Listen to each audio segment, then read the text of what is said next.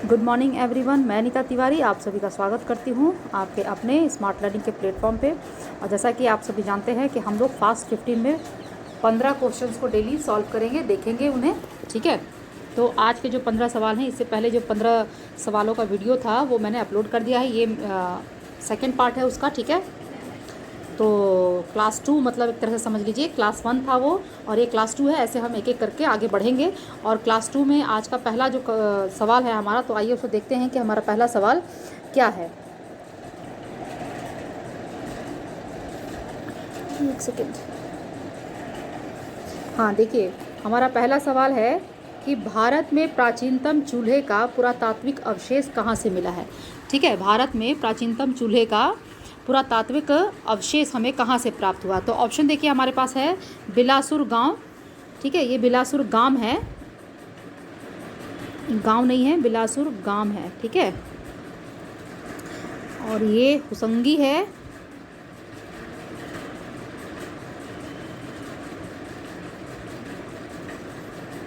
हुसंगी, भीमबेटका या महागढ़ा। तो इसमें से हमें बताना है कि प्राचीनतम चूल्हे का जो पुरातात्विक अवशेष हमें मिला है वो कहाँ से मिला है। तो इसका सही उत्तर क्या होगा? इसका सही उत्तर है ए। ठीक है, बिलासुर गांव। बिलासुर गांव कहाँ है? कर्नूल, आंध्र प्रदेश। बिलासुर गांव कहाँ है? कर्नूल में, आंध्र प्रदेश। ठीक है, तो प्राचीनतम चूल्हे का जो अवशेष है, पुरातात्विक अवशेष है, वो हमें बिलासुर गांव से प्राप्त हुआ है। और बिलासुर गांव कर्नूल में है, आंध्र प्रदेश। ठीक है, चलिए नेक्स्ट क्वेश्चन है हमारा, दक्षिण एशिया में कहाँ पर सबसे प्राचीनतम गेहूं और जौ की खेती का प्रमाण मिला है। ठीक है, ऑप्शन देखिए, पंजाब, बी बलूचिस्तान, सी सिंध और डी राजस्थान। तो मैं आप लोग को शुरू से ही बताते आ रही हूँ कि गेहूं और जौ का जो प्राचीनतम प्रमाण है, ठीक है, वो हमें कहाँ से मिला है? बलूचिस्तान से। कहाँ से मिला है? बलूचिस्तान, यानी कि हमारा करेक्ट आंसर क्या है? बी। ओके, चलिए अब देखिए यहाँ पर है एक सूची मिलाना है। ठीक है, इसमें दिया है सूची 1 को सूची 2 से सुमेलित कीजिए और दिए गए कूट का उपयोग करके सही उत्तर का चयन कीजिए। ठीक है, तो आइए पहले सूची देख लेते हैं। सूची 1 में क्या है? सूची 1 में हमें स्थल के नाम दिए गए हैं। ठीक है, तो कौन कौन सा स्थल है? मोहनजोदड़ो, हड़प्पा, लोथल और बनावली। और सूची 2 में हमें जो उस स्थल से प्राप्त हुए जो अवशेष हैं, पुरातात्विक अवशेष हैं, उनके नाम दिए गए हैं, जिसमें कि है कांसे का रथ, उत्कीर्ण कांसे की कुल्हाड़ी, पक्की मिट्टी का हल, हाथी दांत का स्केल। ठीक है, तो हमें बताना है कि कौन सी चीज़ कहाँ से मिली है। ठीक है, तो और ये यहाँ पर देखिए थोड़ा सा इधर उधर हो गया है, जिगजैग हो गया है, लेकिन फिर भी आइए इसको हम समझते हैं। तो सबसे पहले हम यहाँ देख लेते हैं। आइए देखिए यहाँ से शुरू करते हैं। पहला हमारा क्या दिया है? मोहनजोदड़ो। ठीक है, तो मोहनजोदड़ो से हमें क्या प्राप्त हुआ है बताइए? मोहनजोदड़ो से हमें कांसे की एक कुल्हाड़ी प्राप्त हुई है। ठीक है ना, मोहनजोदड़ो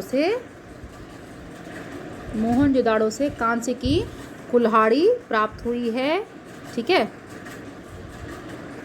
कांसे की कुल्हाड़ी प्राप्त हुई है, यानी कि 2 का क्या होगा? ए। और यहाँ भी मैं लिख देती हूँ 2। ठीक है, अब आ गया हड़प्पा। हड़प्पा से हमें क्या मिला है? कांसे का रथ मिला है। ठीक है, हड़प्पा से हमें मिला है कांसे का रथ, यानी कि यहाँ पर होगा बी और यहाँ होगा 1। ठीक है, अब आइए क्या है नेक्स्ट है हमारा, आइए देखते हैं पक्की मिट्टी का हल। तो पक्की मिट्टी का हल हमें कहाँ से मिला है? बनावली से, यानी कि यहाँ हो जाएगा 3। और लास्ट हमारा क्या है? लास्ट है हमारा हाथी दांत का स्केल। ठीक है, यही है ना? हाँ, हाथी दांत का स्केल। तो हाथी दांत का स्केल हमें कहाँ से प्राप्त हुआ है? लोथल से, यानी कि ये हो गया हमारा 4। तो हमारा क्या हो गया? हमारा ऑप्शन में क्या हुआ देखिए, मोहनजोदड़ो ए का क्या हुआ? 2, बी हड़प्पा का 1, सी लोथल का 4 और डी बनावली का 3, यानी कि ऑप्शन क्या है? 2 1 4 3। 2 1 4 3। अब इसको हमें यहाँ पर मिलाना है, ठीक है। तो इसमें से हमारा देखिए ये थोड़ा सा जिगजैग हो गया है, लेकिन आइए हम इसको समझने की कोशिश करते हैं। देखिए यहाँ पर आप यहाँ ध्यान दीजिएगा, ठीक है। ये सी वाला ऑप्शन देख रहे हैं आप लोग, सी वाला जो ऑप्शन है यहाँ से आप ध्यान दीजिएगा। मैं इसको सर्कल कर देती हूँ। अब इसको देखिए, ए के नीचे 2 है ना, तो 2, बी के नीचे 1 1, सी के नीचे 4 और डी के नीचे 3, ठीक है। यानी कि 2 1 4 3, यही हमारा आंसर था ना, 2 1 4 3, यही था ना। देखिए आइए यहाँ पर, आइए देखते हैं क्या था हमारा, इसका 2 1, इसका 4 और ये 3 है ना, यही है।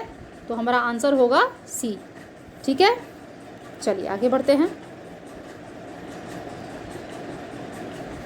अब देखिए क्वेश्चन नंबर 4 हमें क्या पूछता है कि निम्नलिखित में से किस वैदिक देवता का, ठीक है, निम्नलिखित में से किस वैदिक देवता का आवाहन एशिया माइनर के बोगास कोई अभिलेख में है, ठीक है, इंपॉर्टेंट है। तो बोगास कोई अभिलेख जो है उसमें किस वैदिक देवता का आवाहन किया गया है, नाम है उसमें, ठीक है। तो ऑप्शन देखिए, ए है अग्नि, रुद्र और सोम, बी में है इंद्र, सूर्य और विष्णु, सी है रुद्र, मरुत और ये पूषण है, ठीक है। ये भूषण नहीं है, ये पूषण है।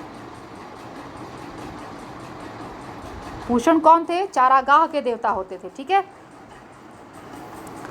और आगे है हमारा डी है ऑप्शन, इंद्र, नासत्य और मित्र, ठीक है, और वरुण, ठीक है। इंद्र, नासत्य, ये मित्र है। एक मिनट, बहुत सारे मिस्टेक हो जाते हैं, ठीक है। इंद्र, नासत्य, मित्र और वरुण, ठीक है। तो इसमें से हमें बताना है कि करेक्ट हमारा जो ऑप्शन है वो कौन सा है। तो किस वैदिक देवता का आह्वान एशिया माइनर के बोगास कोई अभिलेख में है, तो इसका सही उत्तर है डी, ठीक है, डी, इंद्रा, नासत्या, मित्र और वरुण, ठीक है। इनका जो अभिलेख में जो एशिया माइनर का जो बोगास कोई का अभिलेख है, तो उसमें इन देवताओं का भी नाम लिखा हुआ है, ठीक है। उस अभिलेख में इन देवताओं का नाम लिखा हुआ है, ठीक है, पाया गया है। किसका किसका, इंद्रा, नासत्या, मित्र और वरुण, ठीक है। चलिए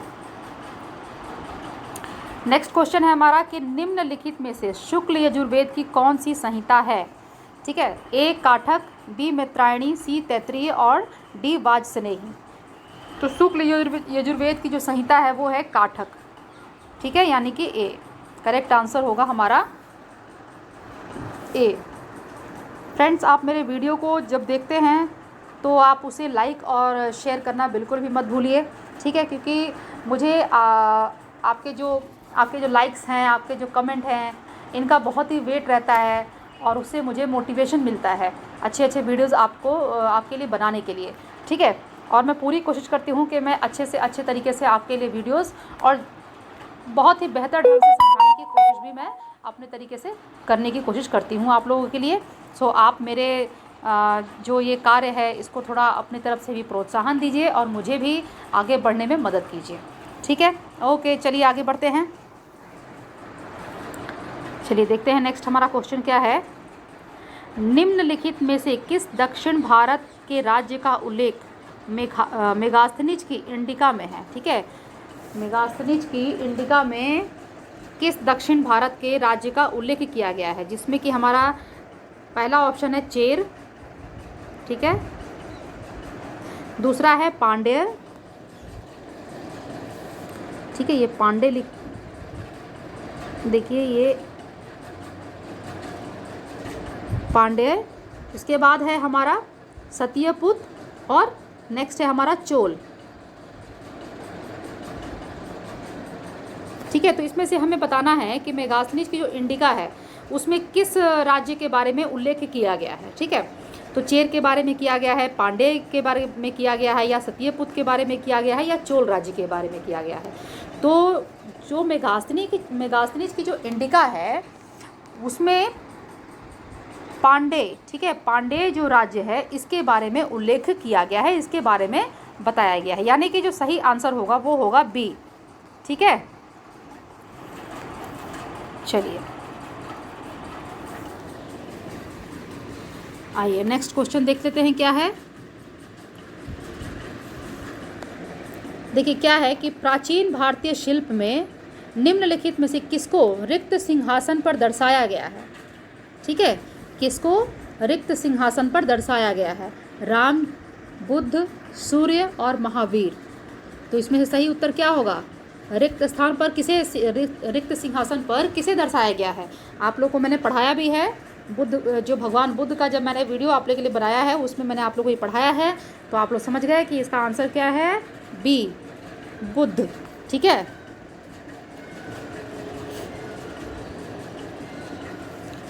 चलिए आगे देख लेते हैं। आगे क्या है हमारा? नेक्स्ट क्वेश्चन है कि निम्नलिखित में से किस राजवंश ने भारत में सर्वप्रथम अपने सिक्कों पर तिथि का आरंभ किया? ठीक है, तिथि लिखने का आरंभ सर्वप्रथम भारत में किस राजवंश ने शुरू किया था? ठीक है, ये एक हमारा क्वेश्चन है। तो ऑप्शन देखिए, ए है हिंद यवन, बी है हिंद सीथियन। ठीक है, ये सीथियन है,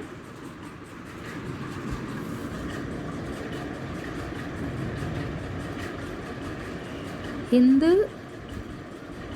सीथियन। ठीक है, सी कुषाण और डी शक। तो भारत में सबसे पहले जो सिक्कों पर तिथि लिखने का जो आरंभ किया था वो किसने किया था? वो शक ने किया था। ठीक है, शकों ने सबसे पहले सिक्कों के ऊपर डेट लिखना शुरू किया था। ठीक है, तिथि लिखना सबसे पहले शकों ने शुरू किया था। चलिए आगे देखते हैं। नेक्स्ट हमारा 9th क्वेश्चन कौन सा है कि निम्न में से किस अभिलेख में सूर्य मंदिर के प्रमाण का उल्लेख है? ठीक है, सूर्य मंदिर के प्रमाण का उल्लेख निम्नलिखित में से किस अभिलेख में हमें प्राप्त होता है? ए ऐहोल, बी मंदसौर, सी है एरन। ठीक है, ये ईरान नहीं है, एरन, एरन और डी बांसखेड़ा। तो सूर्य मंदिर के प्रमाण का जो उल्लेख है वो हमें मंदसौर अभिलेख से प्राप्त होता है। ठीक है, यानी कि जो सही उत्तर होगा वो होगा बी। ठीक है, सूर्य मंदिर के अभिलेख का जो प्रमाण है, ठीक है, उसका उल्लेख जो मिला है वो हमें किस अभिलेख से मिला है? मंदसौर अभिलेख से। चलिए आगे बढ़ते हैं क्वेश्चन नंबर 10 की तरफ। क्वेश्चन नंबर 10 हमारा कहता है कि निम्नलिखित में से भारत के किस राजवंश ने अपने सिक्के जारी नहीं किए? ठीक है, तो ए है चालुक्य, बी पल्लव, सी राष्ट्रकूट और डी चोल। ठीक है,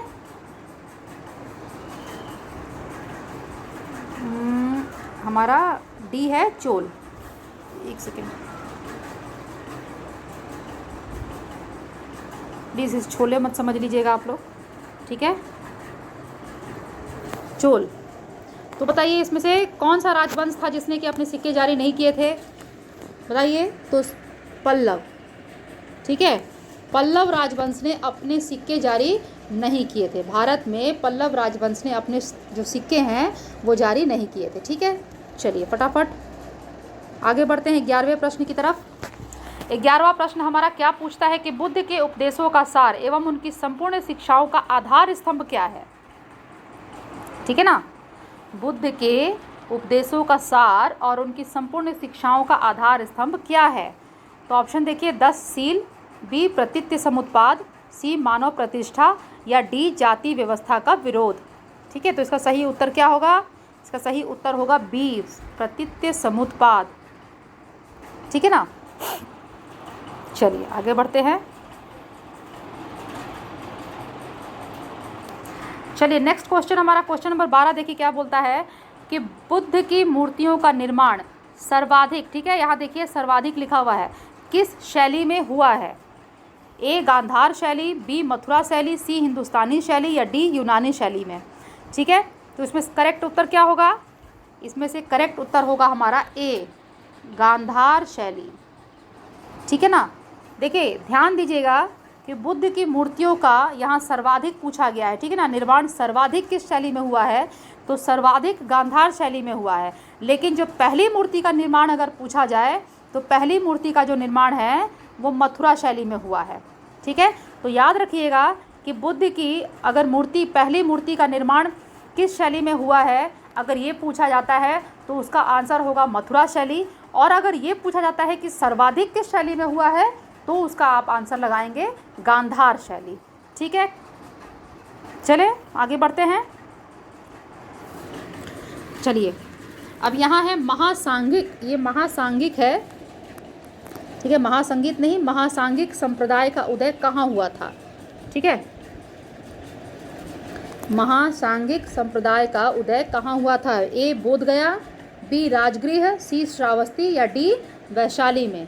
तो आप सभी जानते हैं कि जो दूसरा जो बौद्ध संगीति हुआ था, दूसरी बौद्ध संगीति कहाँ हुई थी, वैशाली में हुई थी, है ना। और वैशाली में ही महासांगिक संप्रदाय का उदय हुआ, जो बाद में आगे चल करके उसका नाम क्या हुआ, महायान हुआ।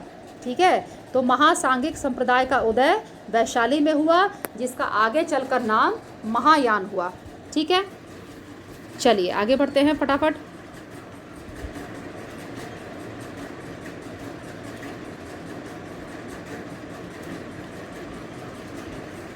क्वेश्चन नंबर 14 देखिए, बौद्ध धर्म के आचरण संबंधी नियमों का संकलन निम्नलिखित में से किस ग्रंथ में मिलता है। ठीक है, ए विनय पिटक, बी अगुंतर निकाय, ये अगुंतर निकाय है, ठीक है, और सी सुत्त पिटक और डी अभिधम पिटक। तो आप सभी जानते हैं कि इसका सही उत्तर क्या है, विनय पिटक। ठीक है, विनय पिटक, ठीक है ना। विनय पिटक में हमें जो बौद्ध धर्म के जो आचरण संबंधी नियम है उनका संकलन किस में है, बौद्ध धर्म के आचरण संबंधी जो नियम है उनका संकलन विनय पिटक में हमें मिलता है। ठीक है, और आज का आखिरी सवाल हमारा क्वेश्चन नंबर 15 देखिए, किस बौद्ध संगीति में संस्कृत को बौद्ध ग्रंथों की भाषा के रूप में स्वीकार किया गया था। ठीक है, किस बौद्ध संगीति में संस्कृत को बौद्ध ग्रंथों की भाषा के रूप में स्वीकार किया गया था। तो ऑप्शन देख लेते हैं, ए द्वितीय, बी प्रथम, सी तृतीय और डी चतुर्थ। ठीक है, तो संस्कृत को बौद्ध ग्रंथ की भाषा के रूप में कब स्वीकार किया गया था, किस संगीति में, चतुर्थ बौद्ध संगीति में। ठीक है, चतुर्थ बौद्ध संगीति कहाँ हुई थी, कुंडलवन कश्मीर में कनिष्क के समय में हुई थी। ठीक है ना, तो चतुर्थ बौद्ध संगीति में संस्कृत को बौद्ध धर्म में उसके जो ग्रंथ है, बौद्ध ग्रंथ की भाषा के रूप में इसे स्वीकार कर लिया गया। ठीक है, तो चलिए ये आज के कुल 15 प्रश्न हमारे हो गए। अब आप मेरे वीडियो को देखिए, वीडियो देखने के बाद आपको पसंद आ जाए तो वीडियो को लाइक कर दीजिए। अगर कुछ पसंद नहीं आता है तो प्लीज़ आप मुझे कमेंट करके भी बता सकते हैं, या आपको कुछ समझ में नहीं आता है, कहीं कुछ डाउट रह गया है तो भी आप मुझे कमेंट करके बताइए। ठीक है, मैं अपनी तरफ से पूरी कोशिश करती हूँ फ्रेंड्स कि मैं बेहतर तरीके से आपको समझा सकूँ। फिर भी मैं भी इंसान हूँ, अगर मुझसे कोई त्रुटि हो जाए, कोई मिस्टेक रह जाती है तो प्लीज़ आप मुझे कमेंट करिए। ठीक है, और मैं आपके कमेंट के अनुसार जो है उसका जवाब दूंगी। ठीक है, तो चलिए फिर हम नेक्स्ट वीडियो मिलेंगे। तब तक आप लोग मेरे वीडियो को देखिए, अपने एग्ज़ाम की तैयारी कीजिए, क्योंकि बहुत सारे अभी तो आपको पता ही है कि DSSB की वैकेंसी आ चुकी है, EMRS की वैकेंसी आ चुकी है, यूपी में भी वैकेंसी आई हुई है। तो हिस्ट्री तो ऐसा सब्जेक्ट है जो हर जगह पूछा जाता है ना, तो आपको इसके बारे में जानना बहुत ही ज़रूरी है। और जो खास करके PGT हिस्ट्री या TGT SST के लिए कर रहे हैं उनके लिए तो बहुत ही इंपॉर्टेंट है ये वीडियोज़ मेरे। तो आप लोग मेरे वीडियो को देखिए, वीडियो को देखने के बाद इसको लाइक और सब्सक्राइब मेरे चैनल को ज़रूर करिए, मेरे वीडियो को लाइक कीजिए, शेयर करिए, मुझे कमेंट करिए। ठीक है, चलिए फिर हम नेक्स्ट वीडियो मिलेंगे। तब तक के लिए आप लोग अपना ख्याल रखिए, खुश रहिए, मुस्कुराते रहिए। तब तक के लिए बाय बाय।